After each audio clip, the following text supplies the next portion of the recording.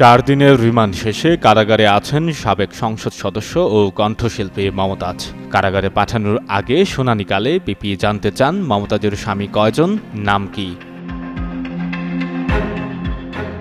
মমতাজের পক্ষে আইনজীবী মাসুদুর রহমান লিংকন শুনানিতে বলেন, মামলার ঘটনার সঙ্গে তিনি কোনোভাবে জড়িত নন। তিনি এজাহারভুক্ত আসামি, কিন্তু তার বিরুদ্ধে সুনির্দিষ্ট কোনো অভিযোগ নাই। শারীরিকভাবে তিনি অসুস্থ, তার জামিনের প্রার্থনা করছি। রাষ্ট্রপক্ষ জামিনের বিরোধিতা করে ঢাকা মহানগর পাবলিক প্রসিকিউটর ওমর ফারুকী বলেন, মমতাজ বেগম সাধারণ রাস্তা থেকে পার্লামেন্টে গিয়ে পৌঁছেছেন। পার্লামেন্টের মতো পবিত্র জায়গায় গানের জলসা বসাতেন।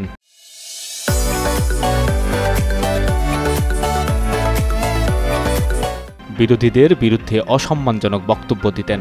সংসদকে কলুষিত এবং কলঙ্কিত করেছেন। সংসদে যাবে আইন প্রণেতা, শিক্ষিত, মার্জিত মানুষ। পিপি বলেন, মেম্বার হওয়ার যোগ্যতা রাখে না, তারা সংসদ সদস্য হয়েছে ভোট চুরি করে। সংসদে দাঁড়িয়ে জিয়াউর রহমান, খালেদা জিয়ার বাপের নাম জানতে চান পিপি। তিনি বলেন, আপনার বাপের নাম কি, স্বামী কয়জন, স্বামীর নাম কি। এ সময় বিচারক তাকে থামিয়ে দিয়ে মামলার বিষয়ে কথা বলতে বলেন।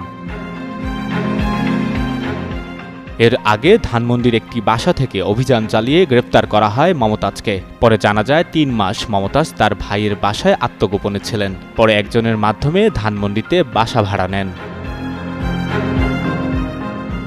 সঞ্জয় দত্ত, যুগান্তর নিউজ।